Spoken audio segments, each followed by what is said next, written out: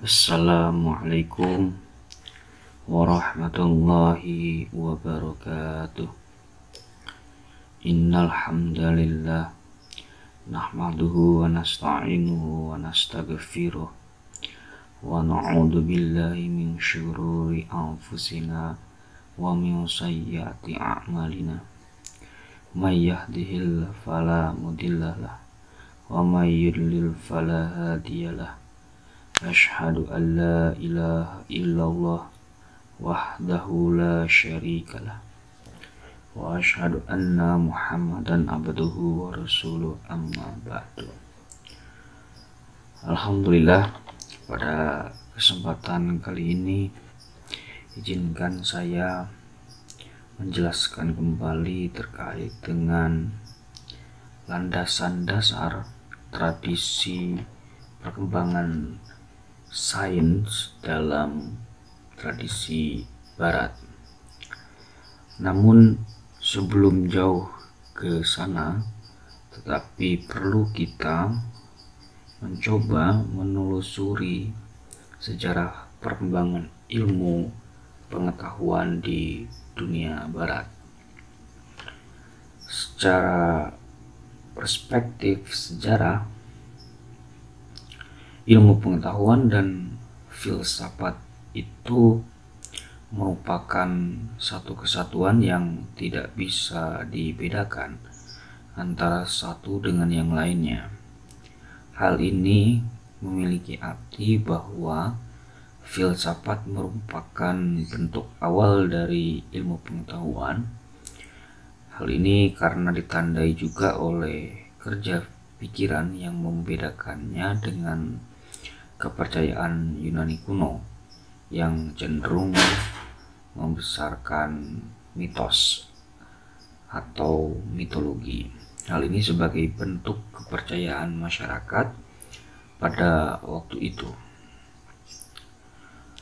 Filsafat dan ilmu pengetahuan itu berpijak pada kemampuan akal yang mengembara ke beberapa kawasan.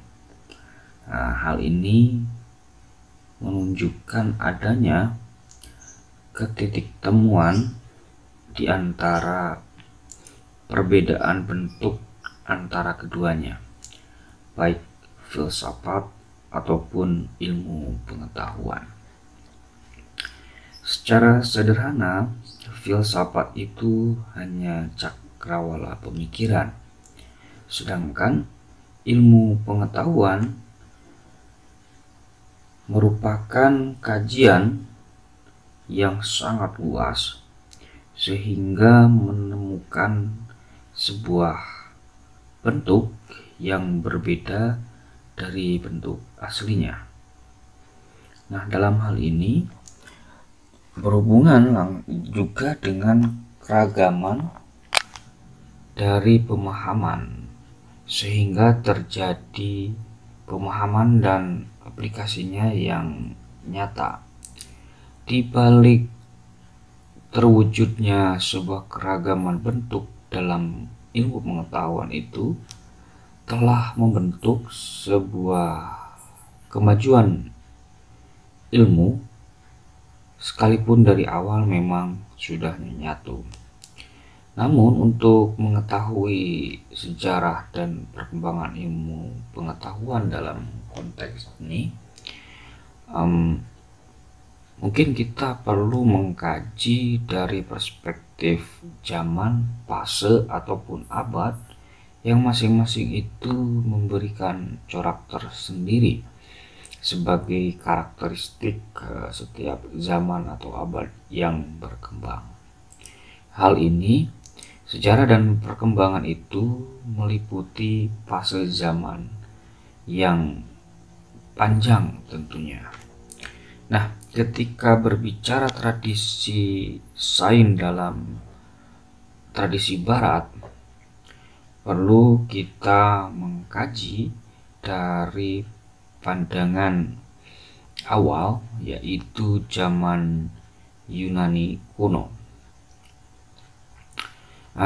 Zaman Yunani kuno ini, kalau dalam referensi secara landasan sejarahnya itu terjadi antara 600 sampai 400 sebelum Masehi.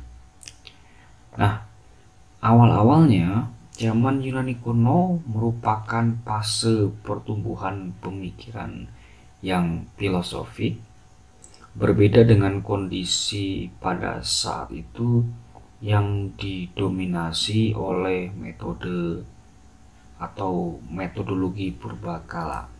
Nah, zaman Yunani kuno, para filosof itu cenderung menawarkan pemikiran rasional yang penuh dengan argumen logik yang sebelumnya memang dianggap bahwa alam itu tercipta karena adanya dewa Apollo atau dewa-dewa yang ada di planet lain.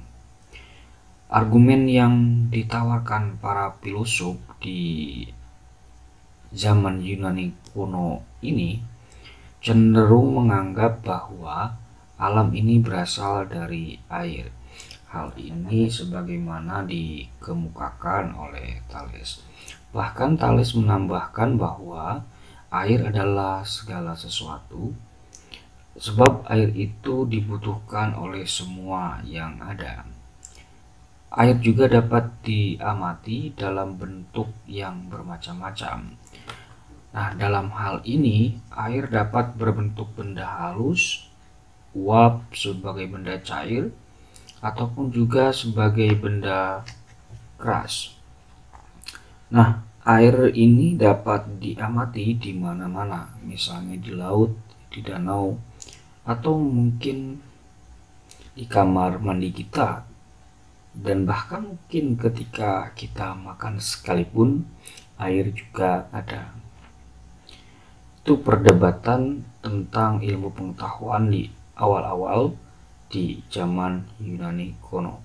Tentu berbeda Thales dengan para filosof selanjutnya, sebagaimana yang diutarakan oleh Anaximandros, mengatakan bahwa azas pertama dalam perdebatan terkait dengan alam itu bukanlah air, kata Anaximandros, atau dalam bahasa yang lainnya justru Anaximandros mengatakan tu a priori, yaitu sesuatu yang tidak terbatas. Menurut Anaximandros, air itu masih ada lawannya, yaitu api. Nah, api itu tidak mungkin berasal dari air. Oleh sebab itu, tu a priori menurut si Anaximandros ini pada dasarnya sesuatu yang tidak terbatas. Alam menurut si Anaximandros itu terjadi dari tu aperion yang disebabkan oleh adanya perceraian atau exliresis dari yang tidak terbatas atau tu apeiron, dilepas dari unsur-unsur yang berlawanan seperti misalnya panas, dingin, kering, basah, dan lain sebagainya. Nah, hal ini juga karena adanya hukum keseimbangan. Nah, berbeda para filosof yang lain setelah Anaximandros dikritik oleh Anaximenes. Anaximenes berpendapat bahwa alam ini berasal dari hawa dan udara. Sementara Heraklitos, para filosof selanjutnya, mengatakan bahwa segala sesuatu menjadi segala yang ada bergerak terus-menerus, bergerak secara abadi, yang artinya perubahan itu adalah pangkal dari yang ada. Nah, perdebatan selanjutnya lain halnya dengan Parmenides, justru yang bertolak belakang dari Heraklitos. Secara sederhana, perdebatan di zaman Yunani kuno, para filosof awal dalam tradisi sains barat yang mereka diskusikan justru terkait dengan proses penciptaan alam itu sendiri. Pada pendapat yang lain, para tokoh-tokoh filsuf yang sudah saya sebutkan sebelumnya, inti dari semua pembicaraan itu cenderung sama-sama mengkritisi tentang sesuatu yang ada dan hal di atasnya itu adalah alam semesta. Nah, filosof Yunani klasik ini atau Yunani klasik kuno ini itu bersifat makrokosmos, yang artinya berpikir mengenai alam semesta tetapi yang bersifat secara makro, secara luas. Itulah sebabnya pengkajian ilmiah saat itu melalui perenungan tentang alam secara makro dan rasional yang bertentangan dengan alam kehidupan Yunani kuno yang pada waktu itu masih mempercayai terkait dengan mitos-mitos atau era mitologi terkait misalnya tentang kejadian alam melalui kepercayaan politistik tentang dewa-dewa langit yang ada. Misalnya yang menurunkan hujan itu orang Yunani kuno sebelum adanya para filsuf itu dewa sedang menangis.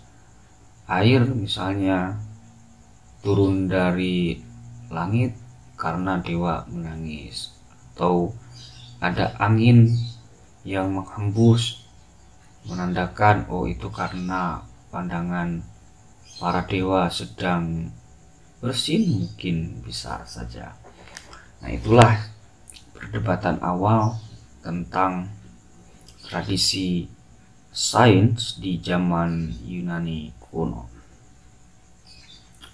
Nah, bergeser sedikit dari masih abad rentang 600 sampai 400 sebelum Masehi, walaupun zaman Yunani kuno ini masih cenderung klasik, tetapi sudah mulai bergeser pemikirannya. Di era abad yang selanjutnya ada sebuah pergeseran yang paling menonjol, atau bahasa yang bisa kita sederhanakan di zaman Yunani klasik kedua dalam zaman Yunani kuno itu ada trio filosof atau 3 filosof besar yang sangat dominan bagi dunia filsafat yang terkenal, yaitu Socrates, Plato, dan Aristoteles. Trio filosof besar yang barusan saya sebutkan banyak memberikan kontribusi terhadap dunia filsafat dan ilmu pengetahuan. Bahkan dapat dikatakan bahwa puncak filsafat Yunani itu dicapai pada abad ini, rentang antara 500 sampai 400 sebelum Masehi.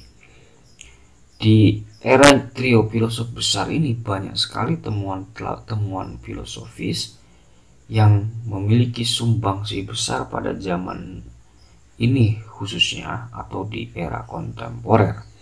Misalnya saja Socrates itu menyumbangkan tentang nilai kebaikan yang dicapai melalui pengetahuan tentang apa itu baik dan apa itu buruk. Sementara filosof Plato merupakan penggabung pemikiran Heraklitos dan Parmenides yang melahirkan paham tentang idealisme. Idealisme Plato ini menekankan tentang alam ide yang menjadi sumber yang tampak.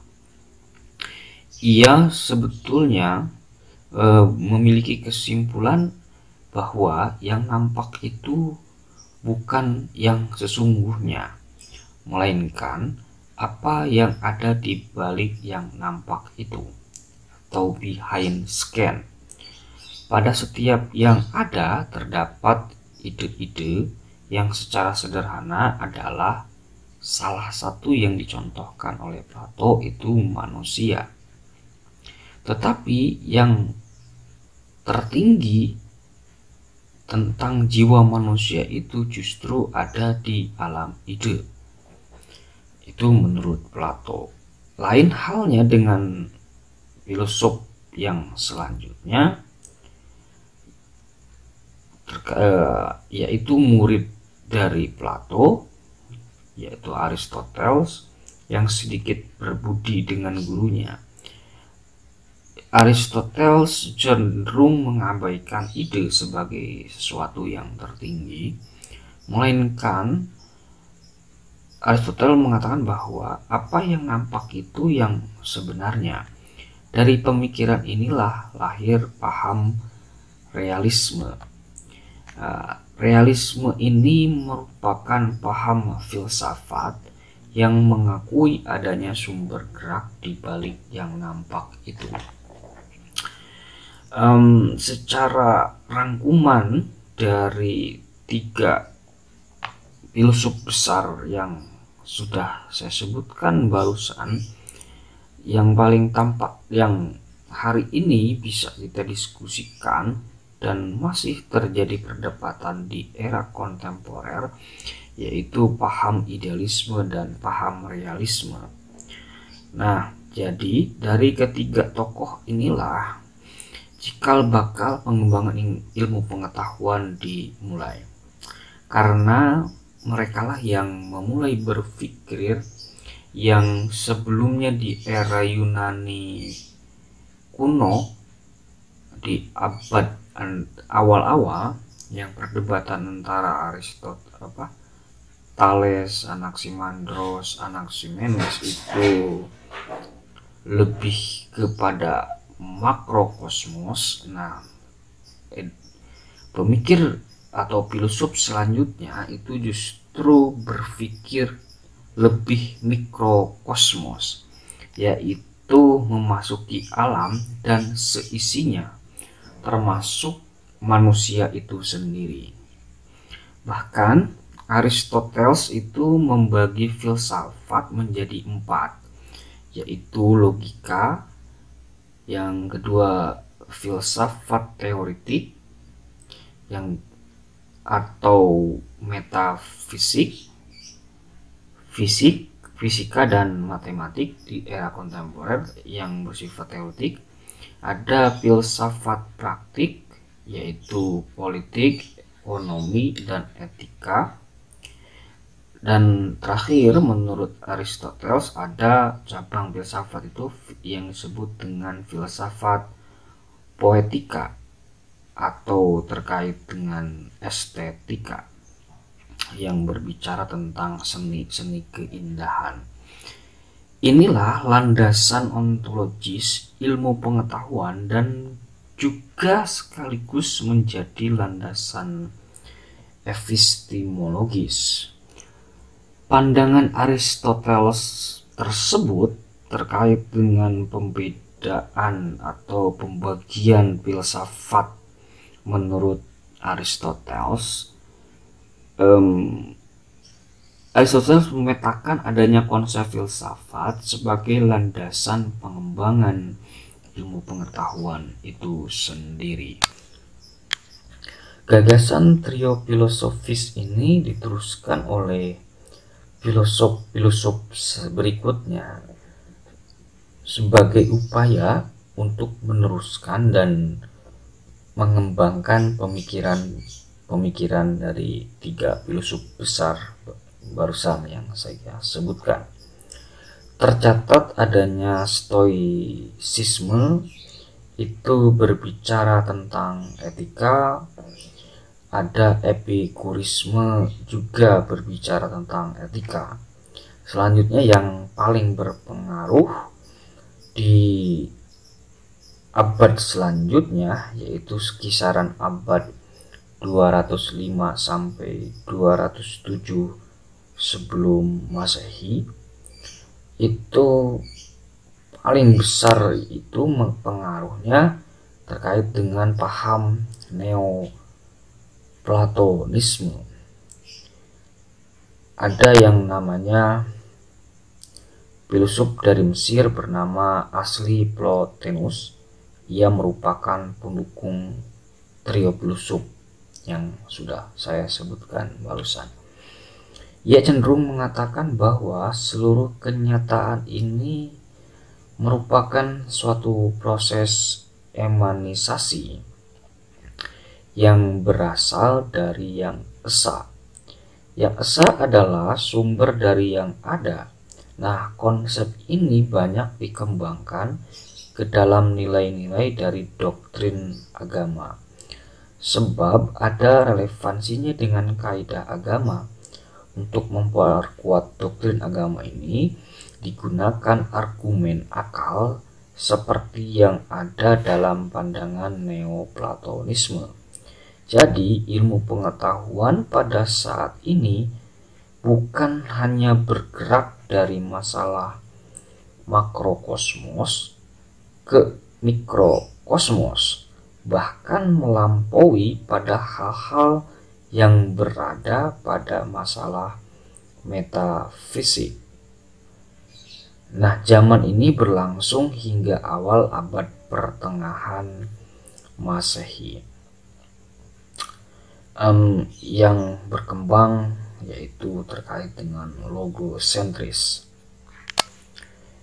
Kita loncat langsung ke zaman pertengahan, yaitu sekitar abad 600 sampai 16.000 setelah Masehi. Zaman abad pertengahan ini dikenal sebagai abad keemasan bagi dunia Kristen, dan di balik itu dunia filsafat dan ilmu pengetahuan justru terjadi sebuah kemunduran atau mengalami kejumudan. Bahkan pada masa ini filsafat dan ilmu pengetahuan itu identik dengan agama, sebab pada waktu itu agama Kristen yang memiliki sifat dogmatis dan cenderung menolak keberadaan filsafat dan ilmu. Justru dua katup ini dianggap sebuah kesesatan. Jadi Kristen menganggap pada waktu abad pertengahan gerejalah ya sebagai sebuah pusat kebenaran atau the trust in the church. Jadi ukuran kebenaran itu apa yang menjadi keputusan gereja. Dalam hal posisi ini gereja sangat otoriter dan otoritas. Segala sesuatu yang disebutkan oleh gereja itu harus ditegakkan. Bahkan para teolog Kristen waktu itu tidak tergoyahkan oleh paham filsafat dan ilmu yang berkembang pada waktu itu. Justru mereka mengakui bahwa perwakilan Tuhan di dunia ini adalah gereja itu sendiri. Nah, ekses dari pertikaian di abad pertengahan ini juga dapat dirasakan di era kontemporer, yaitu tidak adanya kebebasan berpikir seperti yang dialami pada masa-masa Yunani kuno dan Yunani klasik atau di era trio filsuf yang sudah disebutkan tadi. Nah, di era abad pertengahan ini juga otoritas gereja ini justru banyak menjebloskan para pemikir atau para filsuf ke dalam penjara. Misalnya ada Galileo Cicero, yaitu seorang atau dua orang ilmuwan dan pemikir kondang pada saat itu. Dan tidak ketinggalan juga ada Kopernikus, seorang astronom. Saking berkuasa dan dominannya gereja pada masa itu, juga dikenal sebagai zaman patristik dan skolastik di era kontemporer hari ini. Disebut sebagai zaman patristik itu diambil dari kata patres yang artinya bapak-bapak gereja, di mana fase ini dikuasai oleh para teolog dan tokoh gereja nih seperti Augustinus dan lain sebagainya. Sementara zaman skolastik yang artinya guru atau sarjana yang menjadi pengajar, seperti misalnya Thomas van Aquinas, Bonaventura dan lain sebagainya. Fase selanjutnya yaitu perkembangan filsafat dan ilmu pengetahuan dalam tradisi sains di barat, itu memasuki zaman modern. Zaman modern ini banyak sumber literatur dirujuk atau merujuk kisaran rentang waktunya antara abad ke-15 sampai dengan abad ke-18. Nah, jembatan antara abad pertengahan dengan abad modern ini dikenal dengan istilah Renaissance atau Aufklärung dalam bahasa Jermannya, yang intinya kelahiran kembali pemikiran barat, dalam arti kata hidupnya kembali budaya Yunani kuno yang gemilang sejak tahun 600 sampai 600 Masehi, 600 sebelum Masehi sampai 600 Masehi. Nah, di era Renaissance itu, atau dalam bahasa Indonesia abad pencerahan gitu ya, banyak tokoh-tokoh yang menjadi pemikir bebas nilai dan tentu dapat meruntuhkan hegemoni gereja yang berkembang di abad pertengahan. Misalnya di dalam literatur filsuf terkenal di abad modern itu ada Machiavelli, Thomas Hobbes, ada Francis Bacon dan lain sebagainya. Ciri utama di era Renaissance ini adalah antroposentris atau humanisme. Tidak lagi kosmos seperti pada zaman Yunani kuno atau teologi seperti pada zaman pertengahan, melainkan di era modern atau jembatan pertengahan dengan modern itu Renaissance, itu sudah bergeser perdebatan ilmu pengetahuannya ke arah yang lebih maju, yaitu perdebatan tentang manusia sebagai titik sentralnya.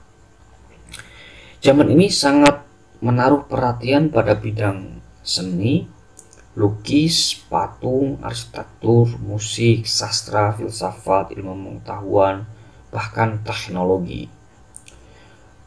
Pengembangan dan minat pengkajian ilmu ini dipelopori oleh aliran filsafat yang sangat humanis seperti aliran rasionalisme dan empirisme. Keduanya nampak saling bertentangan antara satu dengan yang lainnya. Nah, letak awal dalam tradisi sains di barat, pondasi dasarnya yaitu pemikiran rasionalisme dan empirisme. Terima kasih untuk sesi ini, semoga bisa saya lanjutkan di part selanjutnya. Mohon maaf apabila ada kata-kata yang salah. Assalamualaikum warahmatullahi wabarakatuh.